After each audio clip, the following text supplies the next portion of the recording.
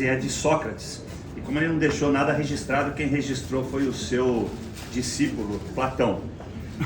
A gente tem vivido tempos difíceis aqui no Brasil, e onde a verdade ela tem não só sido solapada, mas enterrada, e estão tentando colocar nela alguns tipos de rótulos, né? E o mais recente, todo mundo sabe, é fake news. Então vou dizer só uma frase aqui, não é para apelo nenhum, em latim, que é assim, ó: nullum crimen sine lege ubi lex. Não há crime sem lei. Onde está a lei? Então a gente está tentando impedir que certas censuras, né? Certas censuras não, mas a censura se instale de uma vez no Brasil. Para facilitar o meu tempo, entendimento de todo mundo, eu dividi a minha explanação em 4 tópicos. Vou falar da tirania, da imprensa, do Estado de Direito e da liberdade. Quando eu chegar no último, vocês vão ver que eu estou terminando. Só um pouquinho de paciência. Sobre a tirania, eu quero lembrar que eu estive aqui, junto com os colegas também, em outras audiências, o próprio Sebastião Coelho, desembargador, também esteve aqui, e naquela data, no ano passado, eu disse que a gente já vivia uma tirania. Alguns deputados acharam que não, e a gente só viu esses desmandos se avolumarem. Pois bem, reafirmo, vivemos uma tirania. E para não usar somente as minhas palavras e passar a correr algum risco, já que a gente está em tirania, eu vou usar a palavra dos outros. Eu vou usar a palavra de pensadores, de juristas e de filósofos. Então vamos começar com Montesquieu, do Espírito das Leis. A síntese dele é a seguinte: a união entre o poder executivo e o poder judiciário resulta em opressão, tirania.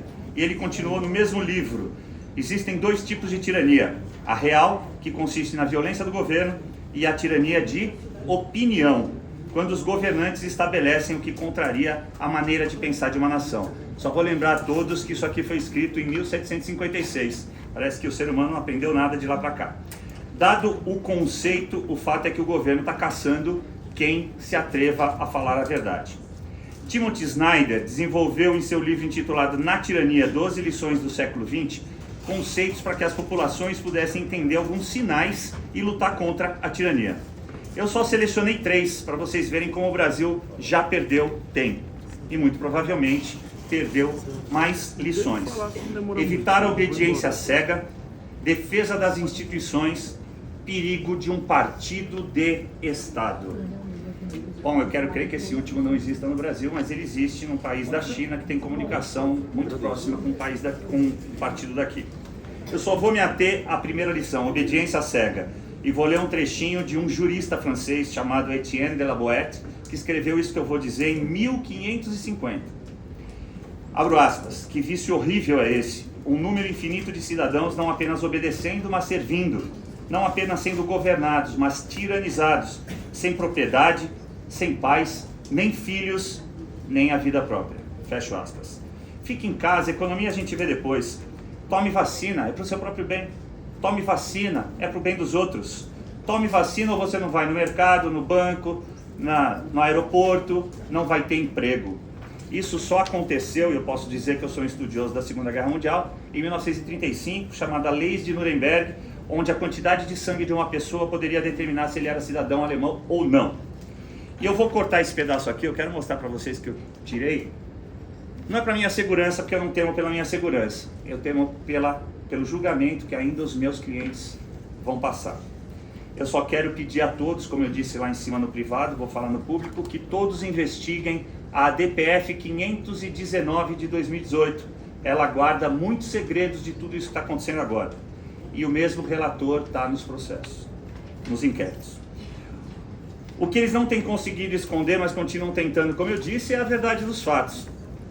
E nada mais verdadeiro do que as manifestações do ex-presidente Bolsonaro, candidato derrotado nas últimas eleições, comparadas ao atual presidente, o candidato vencedor, e que se traduzem nessa imposição fática. Eu não preciso nem desenhar, nem explicar o desenho.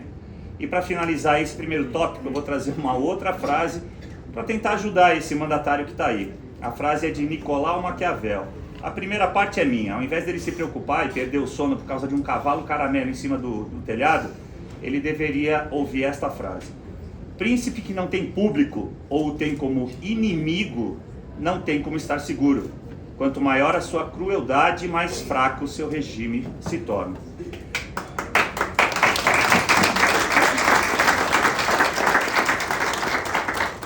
contra facta não argumenta sunt, né? Ou seja, contra fatos não há argumentos. Acho que vocês entenderam o que eu quis dizer. Segundo tópico, sobre a imprensa. Nenhum governo tirânico se sustenta se não tiver a imprensa ao seu lado. Então, para não dizer as minhas palavras, eu vou recorrer a do maior jurisconsulto brasileiro que já viveu, Rui Barbosa. Abro aspas. Um país de imprensa degenerada é, portanto, um país cego, um país de ideias falsas e sentimentos pervertidos, um país que, explorado na sua consciência, não poderá lutar com os vícios que lhe exploram as instituições. Não há, para qualquer sociedade, maior desgraça que uma imprensa deteriorada, servilizada ou mercantilizada. Parece que ele está sentado nessa cadeira vazia falando para nós agora, né? Está acontecendo isso agora e tem mais de 100 anos essa escrita dele. E isso no momento em que a ministra Carmen Lúcia acabou de declarar que a imprensa é parça, ou seja, é parceira deles. Terceiro tópico, sobre Estado de Direito. Eu dei uma entrevista ontem, contava para as pessoas, e alguns jornalistas tiraram sarro, né, foram pejorativos em relação à minha fala, porque eu teria dito e disse que o Estado não é um prédio. Quando eu disse que invadir um prédio, até depredar o próprio prédio, não é ataque a um Estado de Direito. Pois bem, então eu vou começar, não ia começar assim, vou começar dessa forma. O Estado, entidade incorpórea de poder soberano que governa o povo. Portanto, as 4 condições de um Estado são poder, povo, território, governo e a quinta, sob a égide das leis. Vamos ver, talvez o Brasil tenha mudado e eu não esteja sabendo. Abro aspas de novo para um outro pensador para não usar minhas palavras. O Estado é um regime jurídico formal privilegiando a ideia de proteção à igualdade de todos perante a lei, que é exatamente o oposto de tirania. Quem disse isso foi Frederick von Hayek. E aí retorno a Rui Barbosa. Estado não pode ser onipotente, pois seria a negação da liberdade individual. Mas nas ideologias de hoje, que empesteiam e desonram a nossa inteligência, a inteligência humana, a religião do poder o eleva ainda mais. Alcançam o arbítrio sem fronteiras, o estado alfa e ômega, existente por si e para si, superior a todas as regras morais. Para o jurisconsulto, talvez o maior jurisconsulto italiano, Carnelucci, a justiça é meio para se atingir o direito. Eu tenho dito que nós não temos Estado de Direito no Brasil. E uma das maiores provas que eu posso apresentar para os senhores, e que muito pouca gente dá valor, fala sobre isso, é que o artigo 133 da Constituição Federal afirma que o advogado é imprescindível para a justiça. Entretanto, no dia 8 de janeiro e no dia 9 de janeiro, 11 advogados foram presos. Fomos incapazes, então, de chegar à justiça. Quando o Estado é tudo, o indivíduo é nada. Posso dizer que o Estado de Direito só existe se há liberdade. Se não há liberdade, não há Estado de Direito. Mas é melhor dizer nas palavras de Rui Barbosa. Com certeza ele era muito mais inteligente do que eu teria capacidade de ser. Liberdade e segurança jurídica são termos equivalentes e substituíveis um pelo outro. Um Estado que não se fie neste conceito não é Estado de Direito, é um Estado de opressão. Logo, em um Estado que não há justiça, que não respeita a lei, não pode ser um Estado de Direito. O Brasil hoje é esse país, senhoras e senhores. Nós temos presos políticos.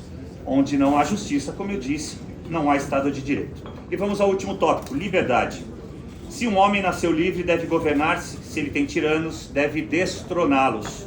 Assim pensou Voltaire. Eu queria imaginar o Voltaire pegando uma cápsula do tempo e estando em 9 de janeiro no Brasil. Eu podia começar e terminar esse tópico com essa frase que eu cunhei já há algum tempo, quando tudo isso começou. Liberdade é a vida pela qual deveríamos ter lutado, mas desistimos, então escolhemos não viver. Entretanto, por acreditar em Deus, no meu país, na família e na liberdade, eu vou dizer que liberdade é a vida pela qual estamos aprendendo a lutar. Acredito no direito e na Constituição, porque ela existe para proteger o indivíduo do poder do Estado.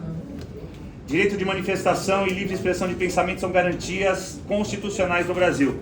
Entretanto, manifestantes do 8 de janeiro foram presos ilegalmente, muitos já condenados, são, portanto, presos políticos, condenados exemplarmente por um tribunal sem competência, que alega uma conexão inexistente nos autos e no ordenamento jurídico que impede acesso a direitos e garantias fundamentais. Presos políticos tornozelados esperam há quase 1 ano e meio a retirada do aparelho, enquanto assistem, mais perplexos que eu, um bicheiro condenado a ter seu aparelho retirado por ordem de um ministro do mesmo STF que os julga irregularmente. Enquanto traficantes se apresentam a cada mês, 2 meses, às vezes a cada 6 meses no fórum, eles têm que se apresentar toda segunda-feira, ameaçados de voltar à prisão em caso de atrasos para voltar para casa. Como eu disse, todas as semanas eu respondo a pedido de informações dos meus clientes por que atrasaram 11 minutos, 19 minutos, 29 minutos, 34 minutos e meio. Quando presos políticos foram da esquerda durante o regime militar, tiveram anistia ampla, geral e restrita, a Lei 6683 de 79, muito por motivo da morte de Vladimir Herzog.